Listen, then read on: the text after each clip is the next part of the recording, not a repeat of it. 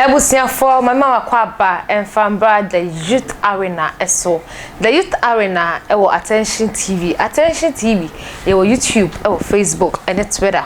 Ohonum na okwa obe type Attention TV ubenya yen ewo honum.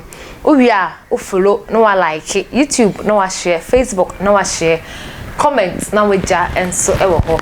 Nene the youth arena so no ye behwe love and 8. Aya na mebunu bebre ni mpempini watai ebie wano I hate you. This lady, I hate you so much. Obi so say I love you. Obohu at the next minute no akasha na yenko say I hate you to the brim. I hate you so much say hey na ini na e otan ene odo. And the youth arena so no ye beka otan ne odo e den kra ene odo. Ye ka say otan so a den so ne otan. Mrabe ana wo say ye ka kire yenko say ye do no. Say ye mabunu ana sibreben ana wo say ka kire ye yonko say ye tan no say o ye ade ketewa bi ni aka say I hate you say me tan wo ana say o ye ade kese a e be hye akoma na ehum na broken heart and say e be ka say ye tan ni pei ana say ni na emu no ye nkire no do mabedwani ba ko a na menya no e wo hanom no e ye actor ba ko pa ye ka say Kumewood acting na e wo Ghana memu ha say ya owo mu bi ye banum to exercise so na enka ne se otete anum to for ama won so abagidi won Ghana papa ye dia na oka ho bi onfa ensi ho a o ye kire ni na so se no so de kire ejuma na da to kakra o sanso e radio and TV presentation mo e ba mu so anu so o ho papa te se na mabedwani amenya ni bebia o hobby enti se ba the youth dia onim bebre efa emebunu ho abusia wona waso youth arena show no so ene University Foundation e foundation bi odi ne hosi wo se wona woni bi ana obehwe Easter ebe ayede na opesa wo ye edema foundation bi no me ka wo se University eguso eje ne de enti wo dia friend wo 0548302985 05483029 na obi mo fam ntoma embo mu dia no midi ene akosia spakos ma mentwa me ho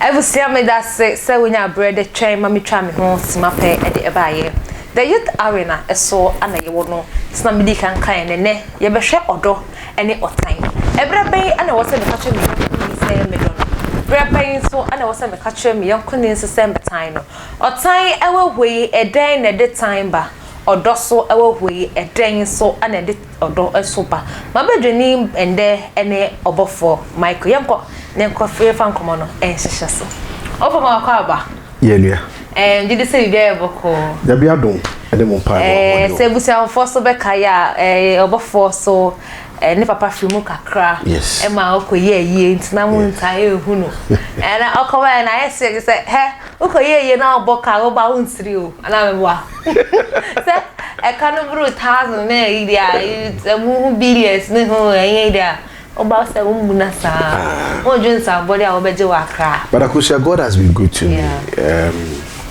last year October 15th na we for the film I hold it down until now just recently 29th na ya compare the crab e wodi kro e ye share so do fo bi jaye Attention TV e ba be cover they make carry say me do bibi ase me da work sitting na so ase e da CEO ne ye so ase na akusua and the we sina ye won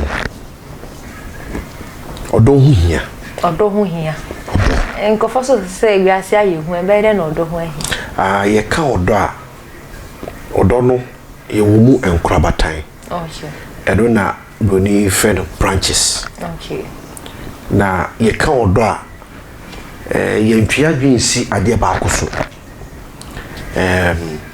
odo nya ade ba ako odo gina ho ma enema bebre ediso bi kase medowa maninchire obi kase odowa maninchire say you will branches of odo yes hey obi eni o say obi kase odowa maninchire enchiremu ne say okay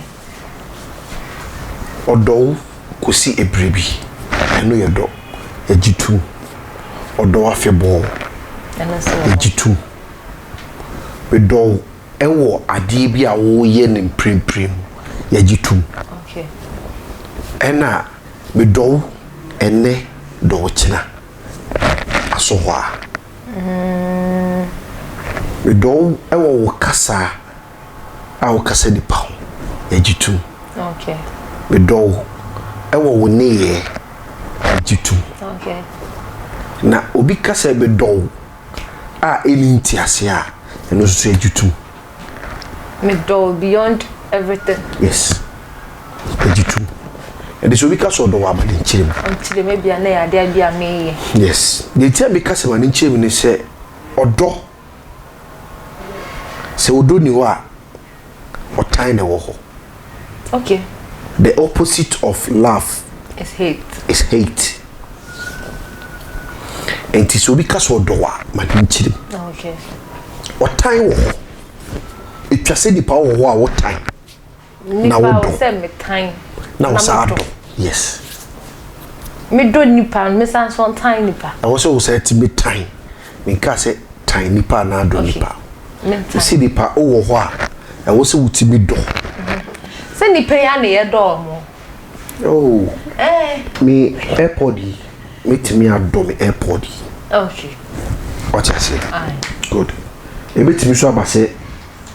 Meet me at time airport because it be frustrating me. Okay. Good. Now, the be person ni party as here say. If we are so do here. Okay. Without love. Bibia nye possible. Okay. Odo here. And in everything that you do, put love first. Now, odo na make us yinchire mu no. Say yeba emotional love eno hukum e different.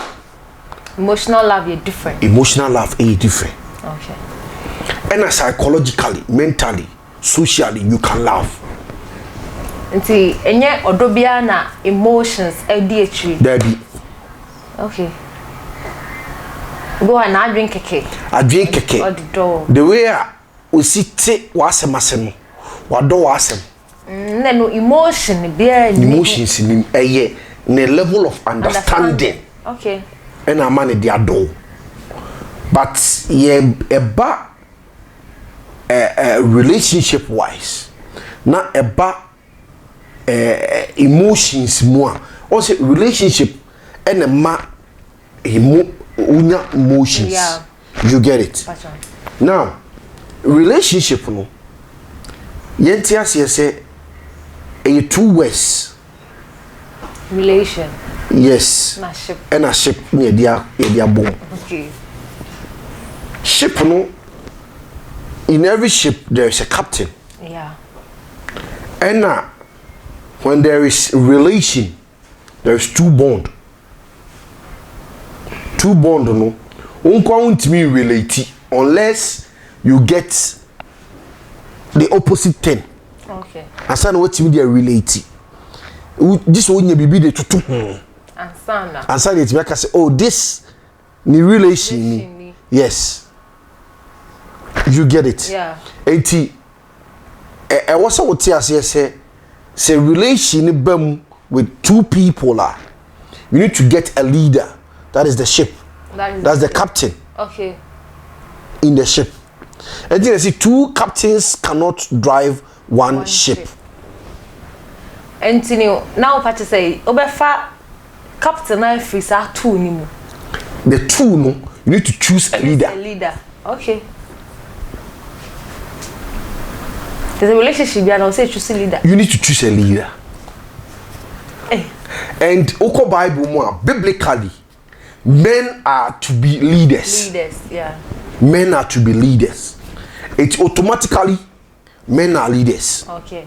That's what I say. I want to build a point. Say the bear. I should form there will be so much ease in their life. Okay. Because you are burdening yourself with so many things. I mean, no air high. The Tosubu Odono, the last time in our interview, the children say, you were almost a chance of womodo. Emotionally, you try ye wo omo so omo do. A man no. Women are not supposed to laugh. Yeah, oh my sir. Yes. And they are establishing that fact to her. So we shall love. Love the letters no LOVE. LOVE. So we shall L ni say ya. L no it has its meaning. Okay. O no ewo ni meaning. V no ewo ni meaning. And a E no ewo ni meaning. Opa hater. Hate. Let me tell you. Say ofa hater. Hate HATE.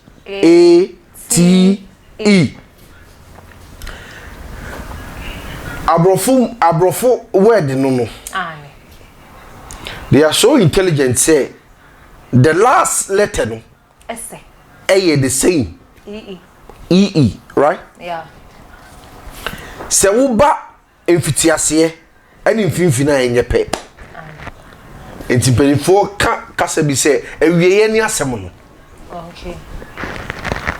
Awieye no eni asem no. Den na wa awieye no. Awieye no how you handle issues.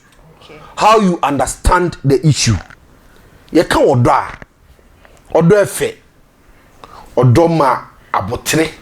Odoma abojo cherry odoma asundwie odoma bibia na wotan no ani asem me kan no wo me earlier submission say nipa bia wo ho a etwase wodo na wotan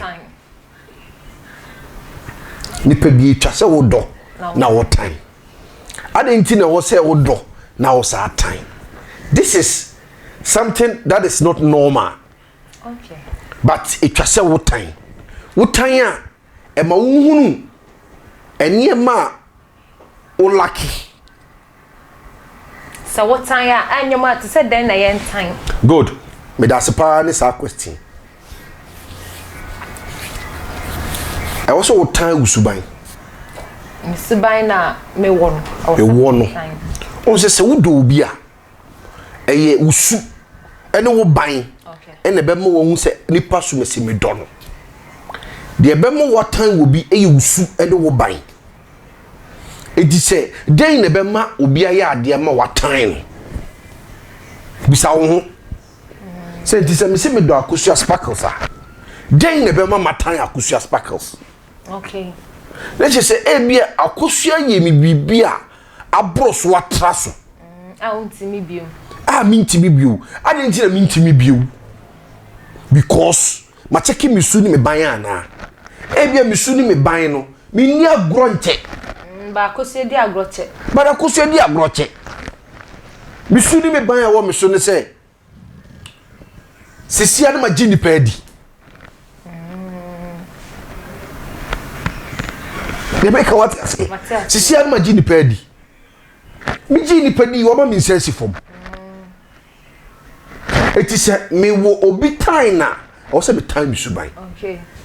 Enti brebi me madam for be court na judge ni ye illustration bi na nipa na o gina adaka mu before madam for the case na ekodi no na case bi asi ana bema no etwitwa na yonko bema. Wow. O de sekan etwitwa na all can was say o plead check court say opakota chew abufuo ne bai.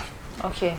Na judge so gitum say abufuo na de bema na ti the kind of abufuo na wo nipa ni mu no ene say anko ka say eye abufuo no na ko twe sekan no obi anim say o ye obofo buafu na me de sekan na sha se twitwa me ho na se wa wo na wo twitwa nya obi enti prekope obi hu so obofo buafu me de sekan ni twitwa me ho a na say wo nipa na minyawa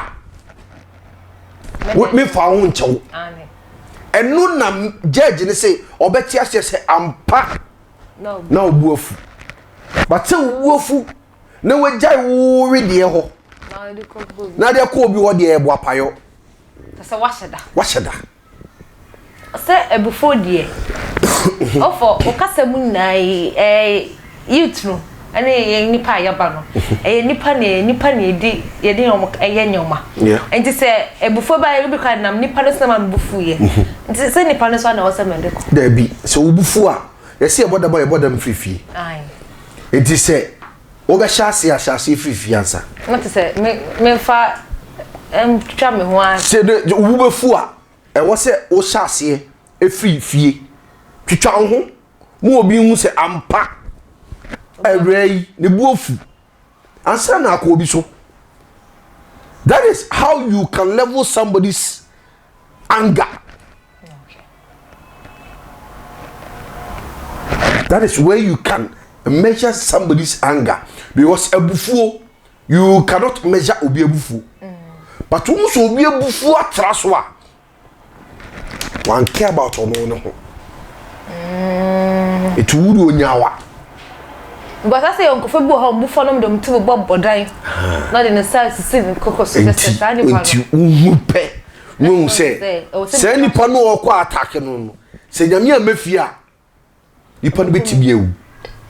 Enti eho ena ebo se o tackle usuban first. Okay. It before you can judge somebody, analyze yourself. Okay. Me mebu 40 saying. Etijen na maya akosua fei akosua mabetan akosua. Obi am se me don. Why would a breakup come? Just say odona ne dey otan ne ba. Yes. Obi nche down sorry nka say. Na on say e man do do bi so wo ho no ma o say I say we mi hu na metano. Yes, e yesu. Nipa ne suban. Nipa ne suban. Enye nipa na otan no. Wo na wo tan nipa no e wusu. Okay. Yes. Eti one thing you need to do on earth. So your bar. And find your team so doda. Say, oba do you. I don't know where guys are. Oh. Na Bema do. Oh. Aye. Or dislike you. Bema do. Na say oyi do ni free mo. Or dislike o chiru. Afi no chiru wo mi chiru.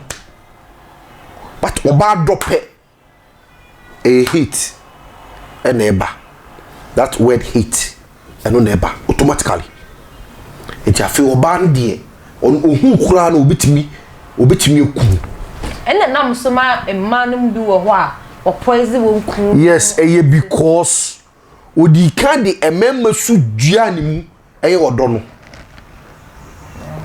Se wo de odo dua wo mu a na wo dua memma su. Se wo de odo adua wo mu a wo yo ba na wo de odo dua wo mu a na wo dua memma su. Na wo dua memma su because ememma su ene odo. Na emma de ene den. Emma de ene obuo. Nti say ne yenye den. Emma wo se mu bu nipa. Okay. Oba wa se de gine was asisu nyina ne say respect asa. Respect no so ani o ye mema ye ni buo. Bema ni buo. Okay. Enu ti na bema timi for ba ko mienu miensa. Bema ni buo. Okay. Bema ni buo, bema bi ani buo. Bema bi ani buo. Bema ni buo, bema wodo. Na sa wo so odom ya de tina ebe ma wasan ba ko mienu. Good. Odo no ene say odo no e kan pabom. Okay. Se bema wodo na se woni mami ensatia otimi yi omu nyina yi oba bema ba kutimi do oba miensa e do mami ensa odo e accommodate enyema bebre. Okay. E man timi accommodate enyema bebre enu nti na obenya oba obewo ne ma obetimi yi sem pewe asem chain we most women does that. Okay. Ema bebre yes animal. Wa say wa wuye mba de nke ni kwan say wu je. It happens ebusa mame. Mo yes say 2 ebusa mame. Owo ni favorite e wo ne mani. Okay. Yes, ba o papa ne ba bia ye ne ba. Okay. Regardless of dodo amoye, he can accommodate the multitude of you. That is because of the spirit of love. obenya odope enchena ne buofu na de no ba so timenya do on say we inculcate everything okay ye dua bi nipa utimu ahon kwan ma bibi kim be dua wo obu ho a adebuo omu ade no emfiri onu o ma ne ho kwan na ade ni bi dua de mu etu omu ade automatically